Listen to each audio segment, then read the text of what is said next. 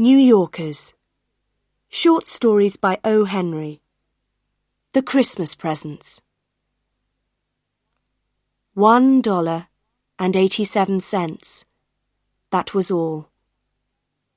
Every day, when she went to the shops, she spent very little money.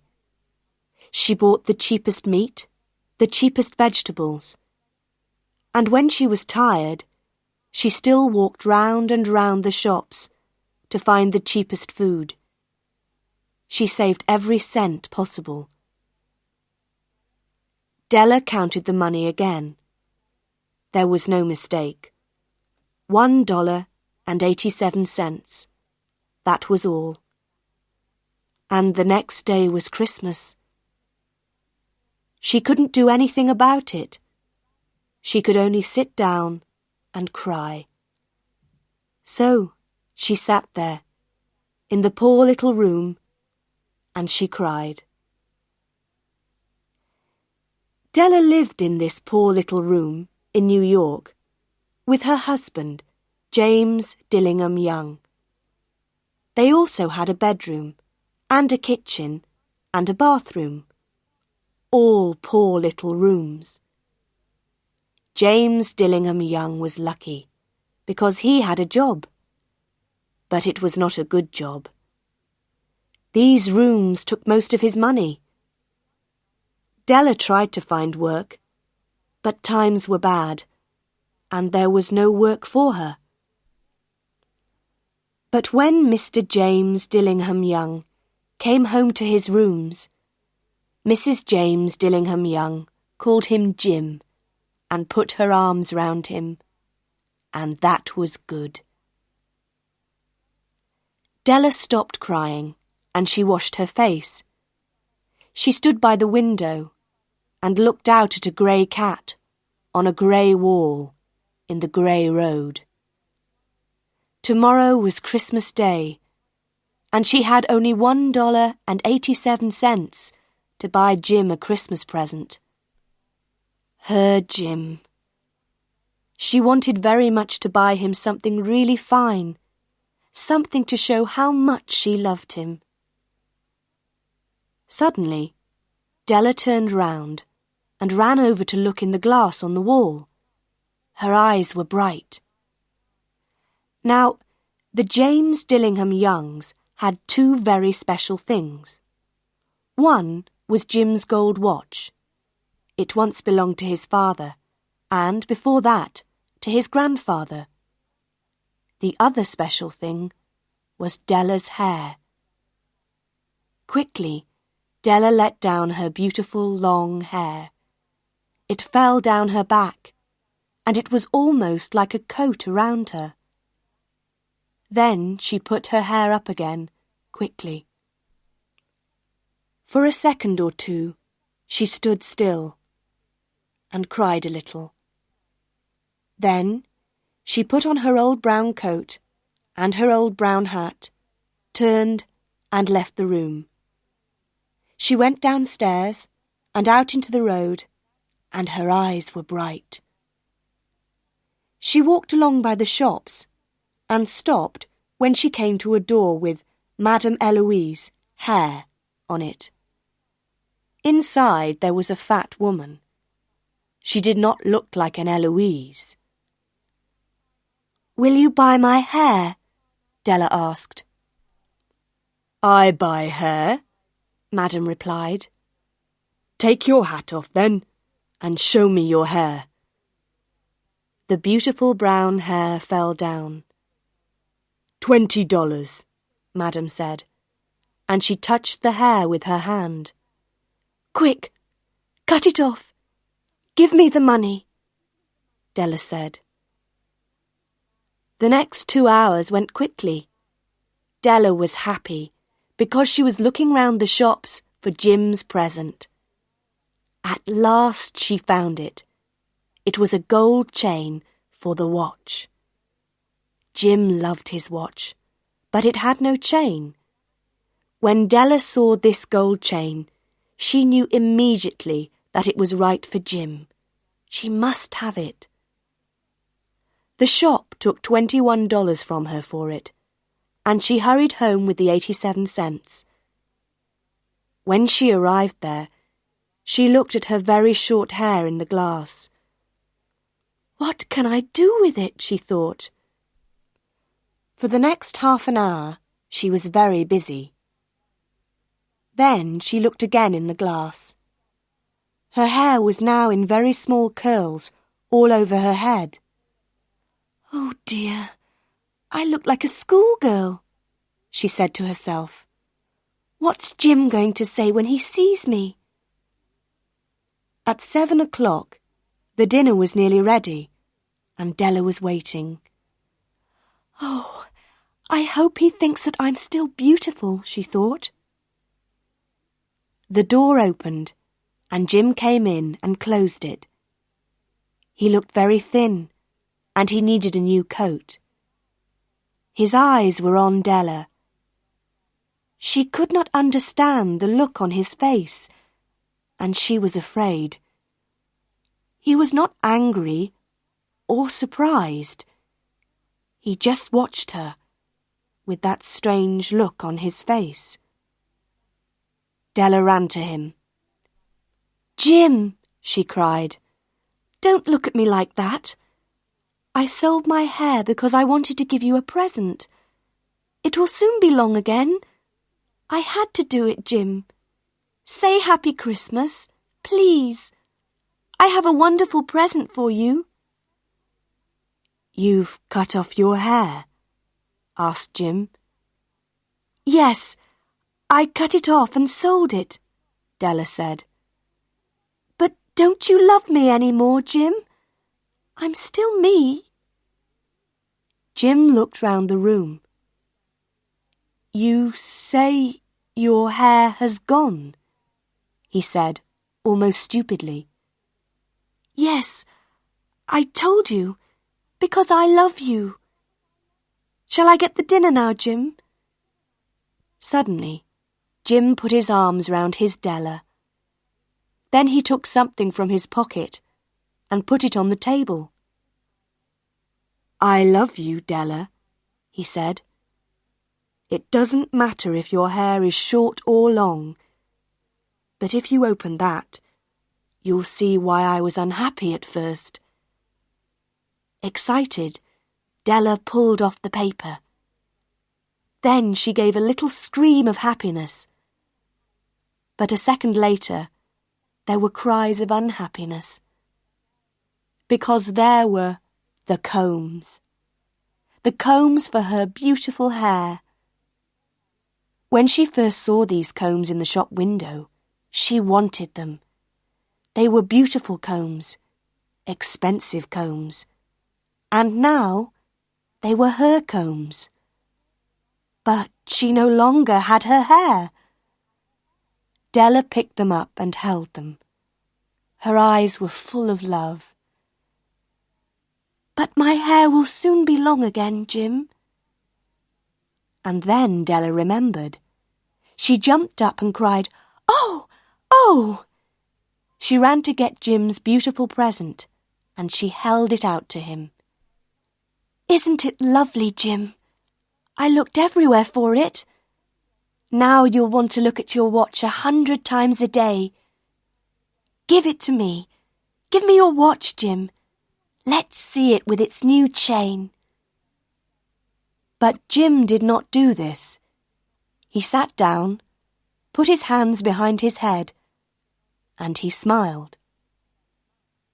"Della," he said, "let's keep our presents for a time.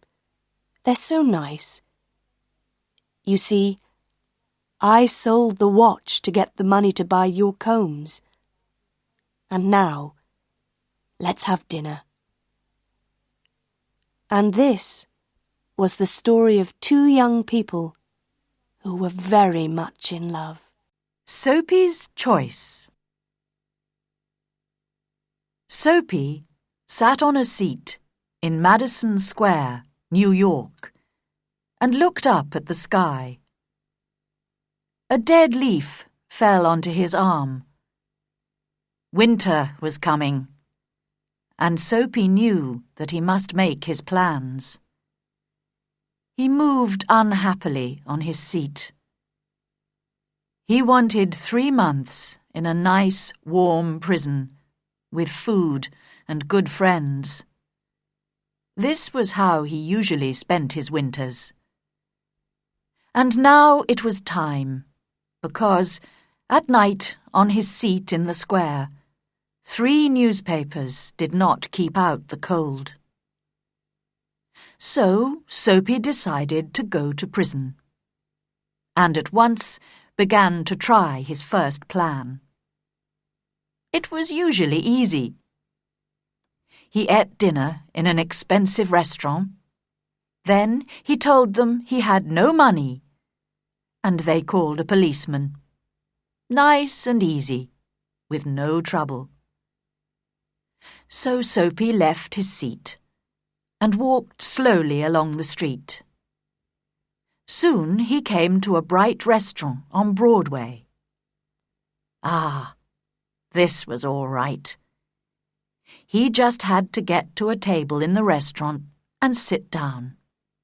That was all, because when he sat down, people could only see his coat and his shirt, which were not very old. Nobody could see his trousers. He thought about the meal.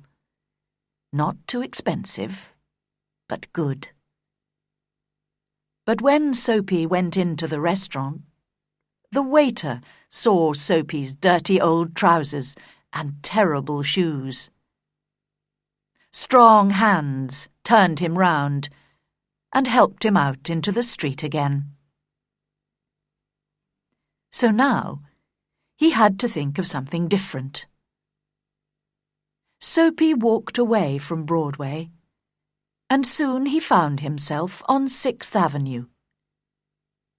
He stopped in front of a shop window and looked at it.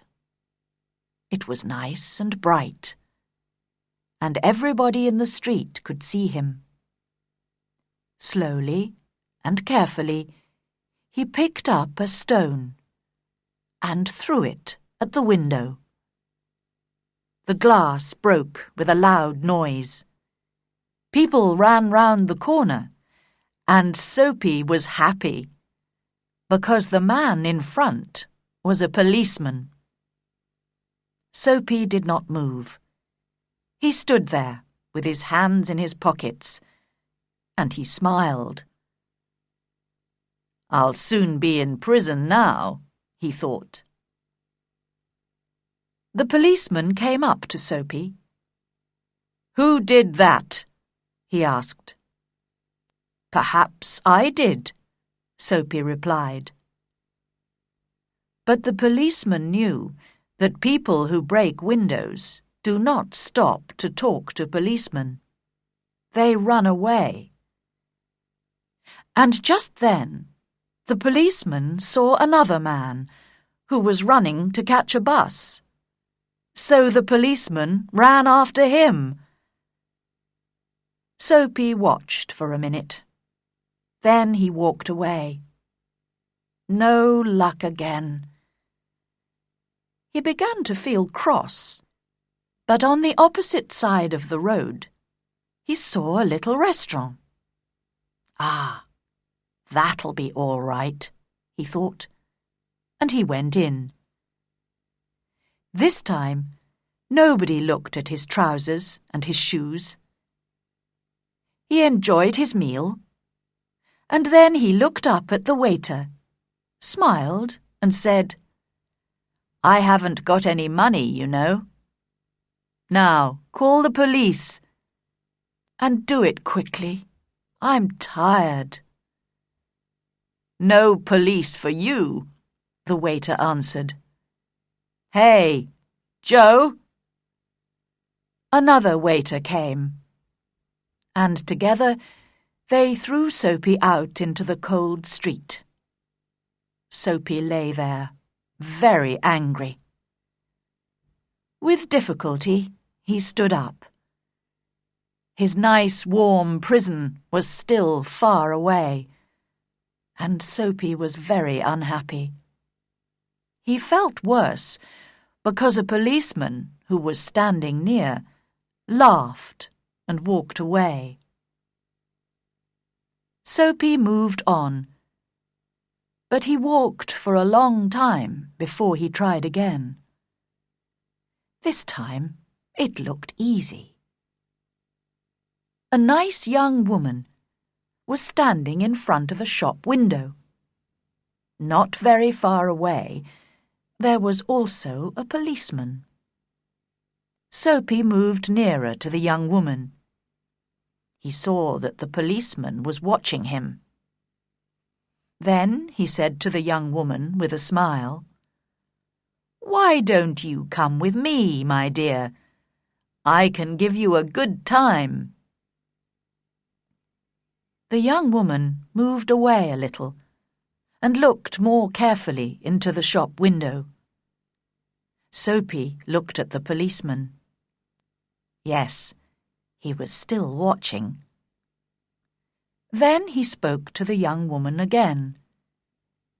In a minute, she would call the policeman. Soapy could almost see the prison doors.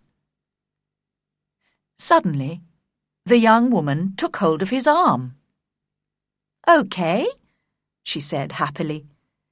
"If you buy me a drink, let's go before that policeman sees us."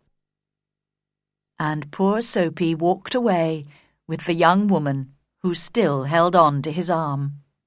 He was very unhappy. At the next corner, he ran away from the woman. Suddenly, he was afraid. "I'm never going to get to prison," he thought. Slowly, he walked on and came to a street with a lot of theatres.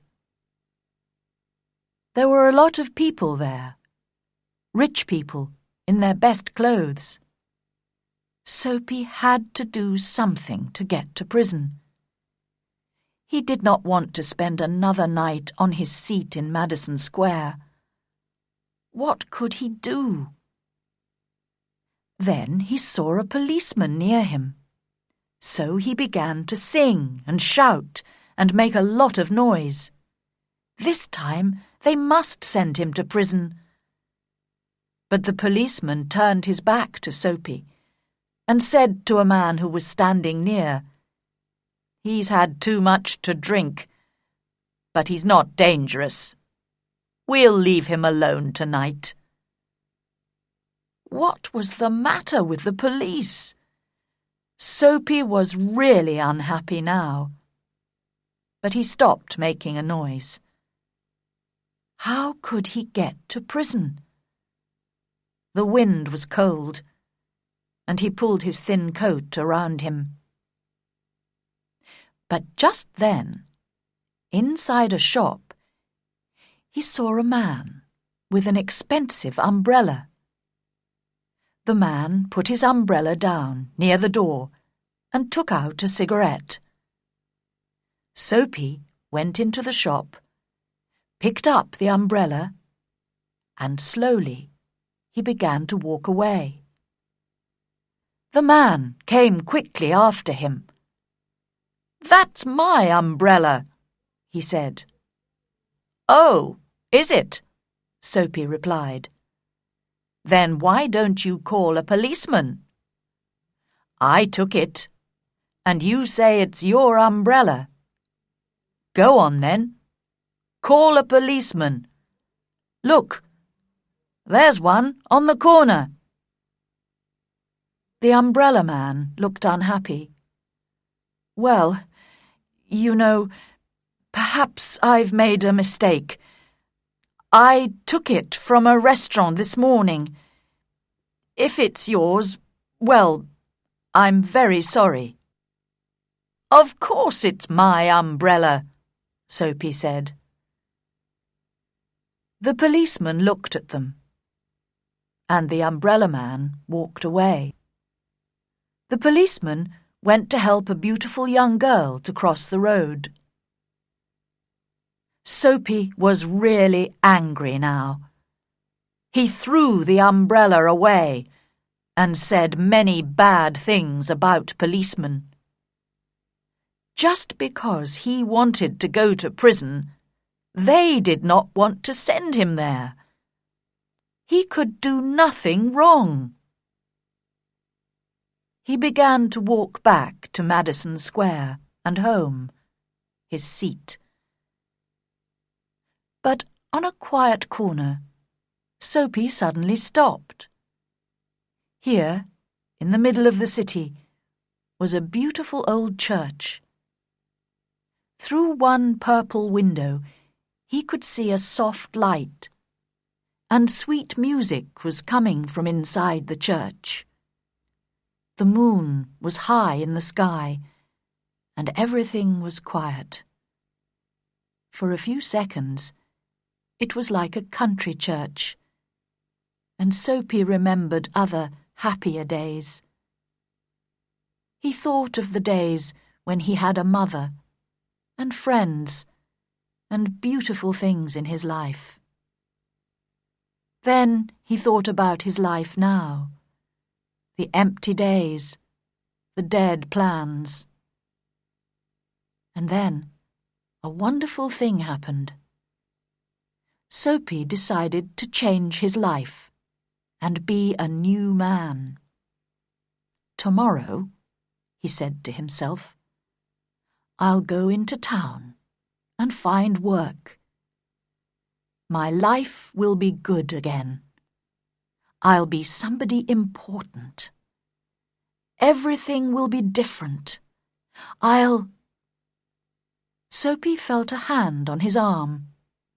He jumped and looked round quickly into the face of a policeman. "What are you doing here?"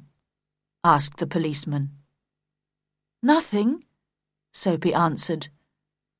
"Then come with me," the policeman said.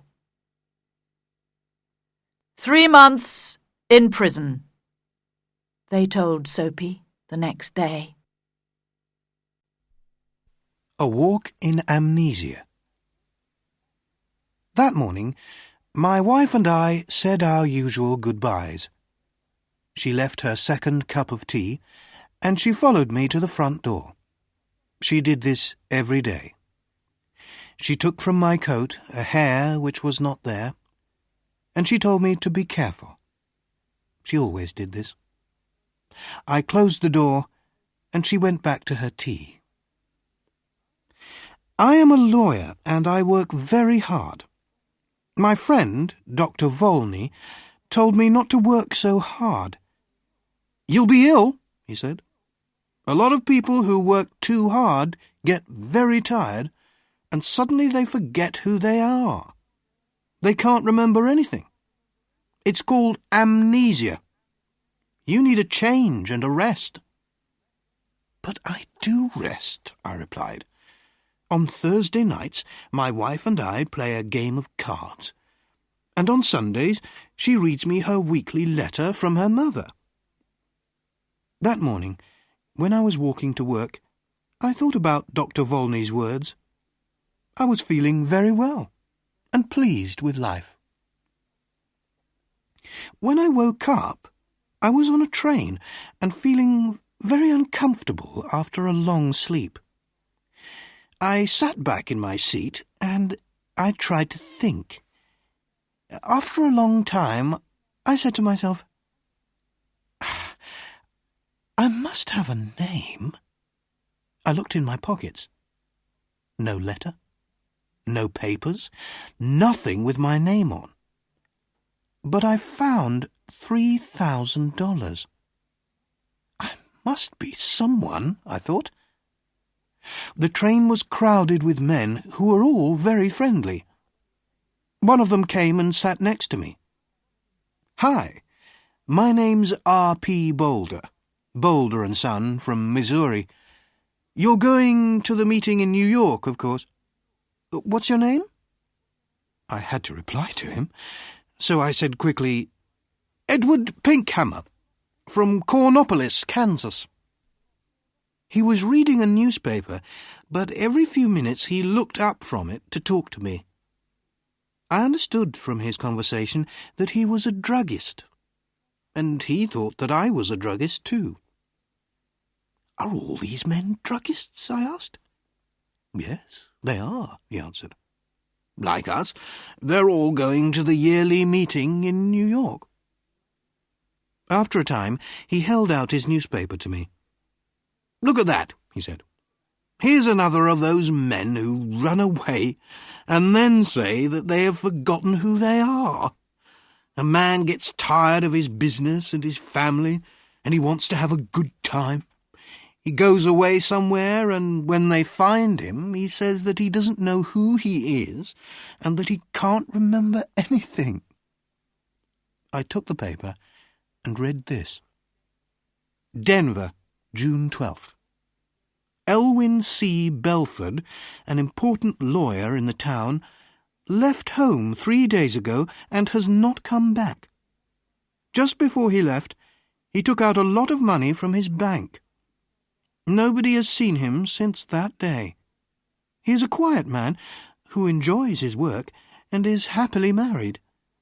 But Mr. Belford works very hard, and it is possible that he has amnesia. "But sometimes people do forget who they are, Mr. Boulder," I said. "Oh, come on," Mr. Boulder answered. "It's not true, you know. These men just want something more exciting in their lives. Another woman, perhaps. Something different." We arrived in New York at about 10 o'clock at night. I took a taxi to a hotel, and I wrote the name Edward Pinkhammer in the hotel book. Suddenly, I felt wild and happy. I was free. A man without a name can do anything. The young man behind the desk at the hotel looked at me a little strangely. I had no suitcase. "I'm here for the druggists' meeting," I said. My suitcase is lost." I took out some money and gave it to him. The next day I bought a suitcase and some clothes, and I began to live the life of Edward Pinkhammer. I didn't try to remember who or what I was. The next few days in Manhattan were wonderful. The theatres, the gardens, the music, the restaurants, the nightlife, the beautiful girls. And during this time, I learned something very important. If you want to be happy, you must be free. Sometimes I went to quiet, expensive restaurants with soft music. Sometimes I went on the river in boats full of noisy young men and their girlfriends. And then there was Broadway with its theatres and bright lights. One afternoon, I was going back into my hotel when a fat man came and stood in front of me. "Hello, Belford," he cried loudly. "What are you doing in New York? Is Mrs. B with you?" "I'm sorry, but you're making a mistake, sir," I said coldly. "My name is Pinkhammer. Please excuse me." The man moved away in surprise, and I walked over to the desk. Behind me, the man said something about a telephone. "Give me my bill," I said to the man behind the desk, "and bring down my suitcase in half an hour." That afternoon, I moved to a quiet little hotel on Fifth Avenue. One afternoon, in one of my favourite restaurants on Broadway, I was going to my table when somebody pulled my arm. "Mr. Belford!" a sweet voice cried. I turned quickly and saw a woman who was sitting alone. She was about 30, and she had very beautiful eyes. "How can you walk past me like that?" she said. "Didn't you know me?" I sat down at her table. Her hair was a beautiful red gold colour.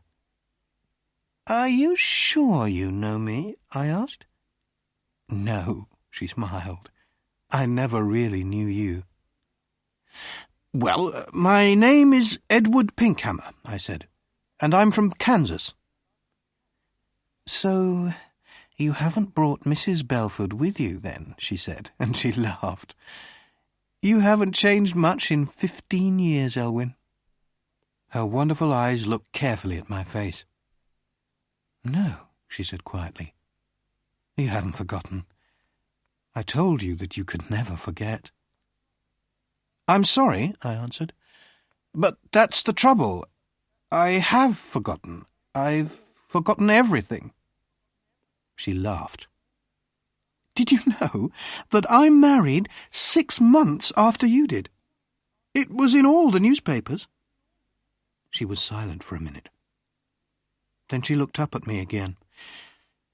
"Tell me one thing, Elwyn," she said softly. "Since that night, 15 years ago, can you touch, smell, or look at white roses and not think of me?" "I can only say that I don't remember any of this," I said carefully. "I'm very sorry." I tried to look away from her. She smiled and stood up to leave. Then she held out her hand to me, and I took it for a second. "Oh, yes, you remember," she said, with a sweet, unhappy smile. "Goodbye, Elwyn Belford." That night I went to the theatre, and when I returned to my hotel, a quiet man in dark clothes was waiting for me. "Mr. Pinkhammer," he said, "can I speak with you for a minute? There's a room here." I followed him into a small room. A man and a woman were there. The woman was still beautiful, but her face was unhappy and tired. I liked everything about her. The man, who was about 40, came to meet me. "Belford," he said, "I'm happy to see you again. I told you that you were working too hard. Now you can come home with us. You'll soon be all right." "My name," I said, "is Edward Pinkhammer.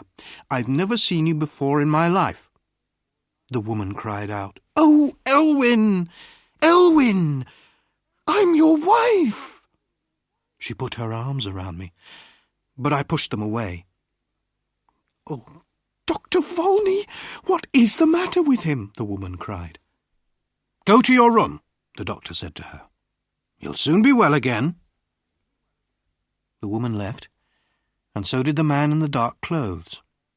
The man, who was a doctor, turned to me and said quietly, "Listen, your name is not Edward Pinkhammer." "I know that," I replied, "but a man must have a name." "Why not Pinkhammer?"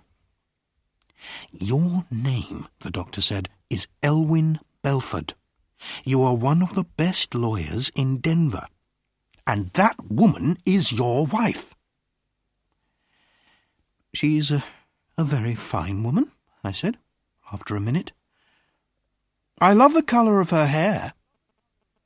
"She's a very good wife," the doctor replied. "When you left 2 weeks ago, she was very unhappy. Then we had a telephone call from a man who saw you in a hotel here." "I think I remember him," I said. "He called me Belford. Excuse me, but who are you?" "I'm Bobby Volney. I've been your friend for 20 years and your doctor for 15 years. Elwyn, try to remember." "You say you're a doctor," I said. "How can I get better? Does amnesia go slowly or suddenly?" "Sometimes slowly, sometimes suddenly." "Will you help me, Dr. Volney?" I asked. "Old friend," he said, "I'll do everything possible." "Very well. And if you're my doctor, you can't tell anybody what I say?" "Of course not," Dr. Volney answered. I stood up. There were some white roses on the table. I went over to the table, picked up the roses, and threw them far out of the window. Then I sat down again. "I think it will be best, Bobby," I said, "to get better suddenly. I'm a little tired of it all now. Go and bring my wife Marion in now." "But, oh, Doctor," I said with a happy smile. "Oh, my good old friend. It was wonderful." Tildy's moment. Bogle's Family Restaurant on 8th Avenue is not a famous place, but if you need a large, cheap meal, then Bogle's is the place for you. There are 12 tables in the room, 6 on each side. Bogle himself sits at the desk by the door and takes the money. There are also 2 waitresses and a voice. The voice comes from the kitchen. At the time of my story, one of the waitresses was called Aileen. She was tall, beautiful, and full of life. The name of the other waitress was Tildy. She was small, fat, and was not beautiful. Most of the people who came to eat at Bogle's were men, and they loved the beautiful Aileen. They were happy to wait a long time for their meals because they could look at her. Aileen knew how to hold a conversation with 12 people and work hard at the same time. And all the men wanted to take Aileen dancing or give her presents. One gave her a gold ring, and one gave her a little dog. And poor Tildy? In the busy, noisy restaurant, men's eyes did not follow Tildy. Nobody laughed and talked with her. Nobody asked her to go dancing, and nobody gave her presents. She was a good waitress, but when she stood by the tables, the men looked round her to see Aileen. But Tildy was happy to work with no thanks. She was happy to see the men with Aileen. She was happy to know that the men loved Aileen. She was Aileen's friend. But deep inside, she too wanted a man to love her. Tildy listened to all Aileen's stories. One day, Aileen came in with a black eye. A man hit her because she did not want to kiss him. How wonderful to have a black eye for love, Tildy thought. One of the men who came to Bogle's was a young man called Mr. Cedars. He was a small, thin man, and he worked in an office. He knew that Aileen was not interested in him, so he sat at one of Tildy's tables, said nothing, and ate his fish. One day, when Mr. Cedars came in for his meal, he drank too much beer. He finished his fish, got up, put his arm round Tildy, kissed her loudly, and walked out of the restaurant. For a few seconds, Tildy just stood there. Then Aileen said to her, "Why, Tildy, you bad girl. I must watch you. I don't want to lose my men to you." Suddenly, Tildy's world changed.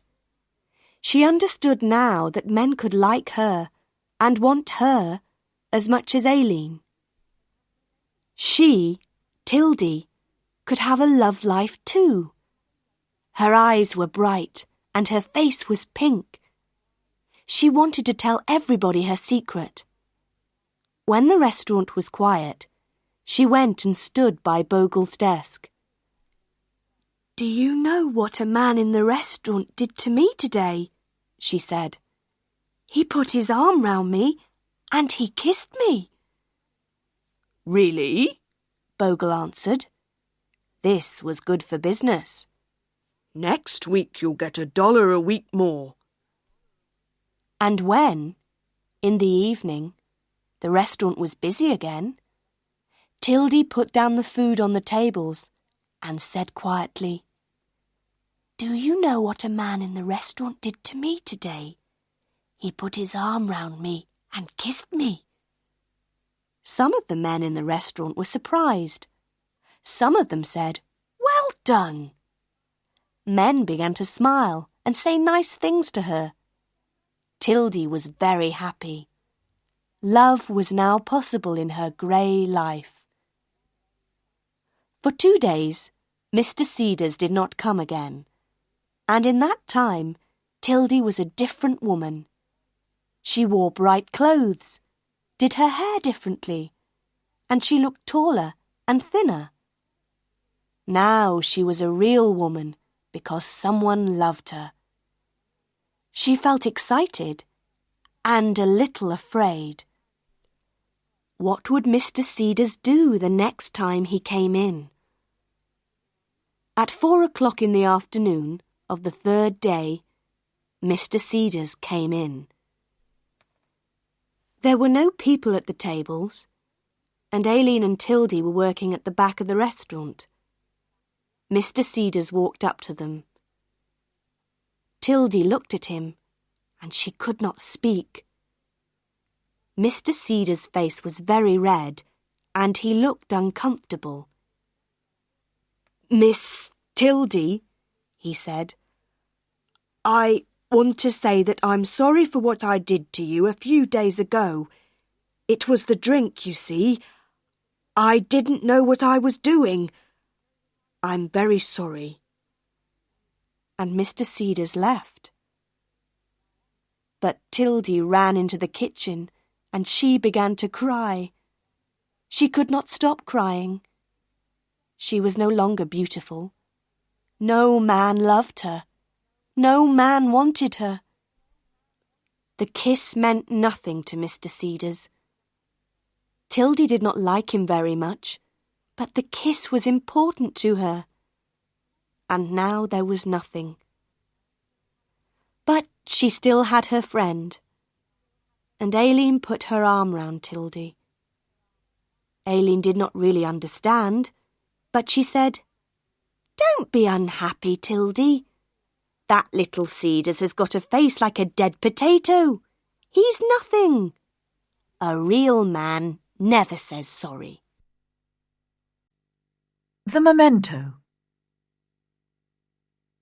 The window of Miss Darmon's room looked out onto Broadway and its theatres. But Lynette Darmond turned her chair round and sat with her back to Broadway. She was an actress and needed the Broadway theatres. But Broadway did not need her. She was staying in the Hotel Thalia. Actors go there to rest for the summer and then try to get work for the autumn when the little theatres open again. Miss Darmond's room in this hotel was a small one, but in it there were many mementos of her days in the theatre, and there were also pictures of some of her best friends. She looked at one of these pictures now and smiled at it. "I'd like to know where Lee is now," she said to herself. She was looking at a picture of Miss Rosalie Ray, a very beautiful young woman. In the picture, Miss Ray was wearing a very short skirt, and she was sitting on a swing. Every night in the theatre, she went high in the air on her swing, over the heads of all the people. When she did this, all the men in the theatre got very excited and stood up. This was because, when her long, beautiful legs were high in the air, her yellow garter flew off and fell down to the men below. She did this every evening, and every evening 100 hands went up to catch the garter. She did other things. She sang, she danced, But when she got onto her swing, all the men stood up. Miss Ray did not have to try very hard to find work in the theatre. After 2 years of this, Miss Darmond remembered, Miss Ray suddenly left the theatre and went to live in the country. And 17 minutes after Miss Darmond said, "I'd like to know where Lee is now," somebody knocked on the door. It was, of course, Rosalie Ray. "Come in," Miss Darmond called, and Miss Ray came in. Yes, it was Rosalie. She took off her hat, and Miss Darmond could see that she looked very tired and unhappy. "I've got the room above you," Rosalie said. "They told me at the desk downstairs that you were here." "I've been here since the end of April," Lynette replied. "I begin work again next week, out in a small town." "But you left the theatre 3 months ago, Lee. Why are you here?" "I'll tell you, Lynn. But give me a drink first." Miss Darmond passed a bottle to her friend. "Ah, that's good," said Rosalie. "My first drink for 3 months. Yes, Lynn.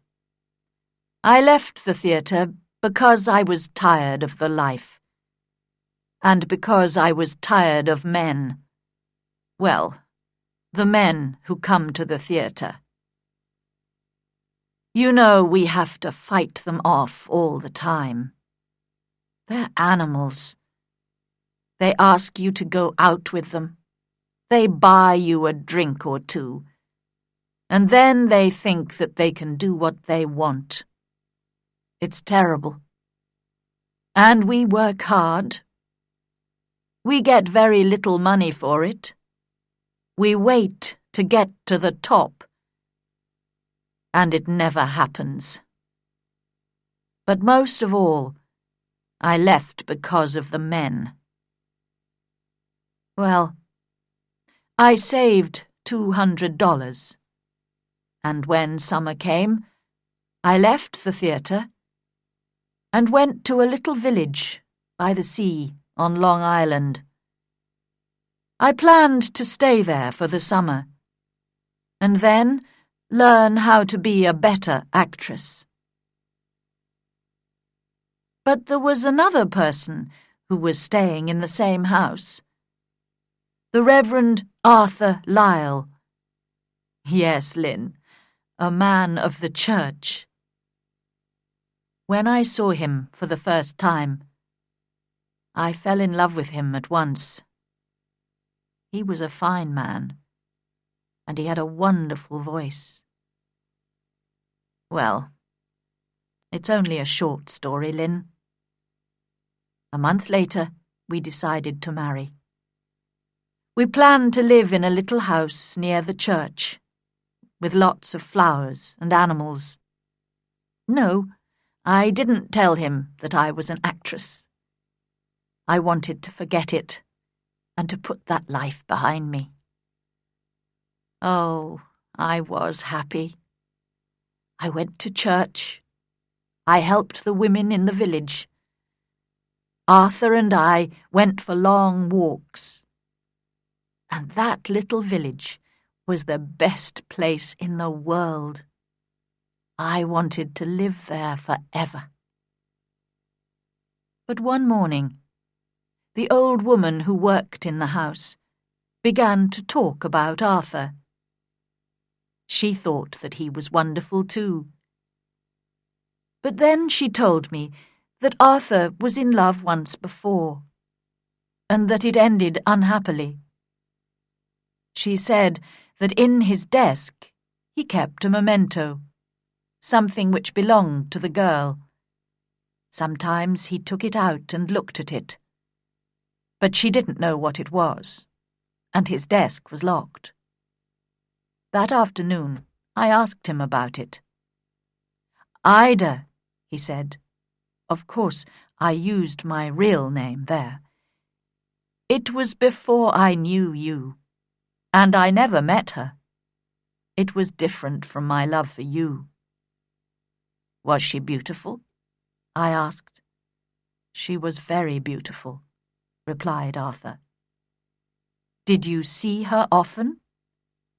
"About 10 times," he said.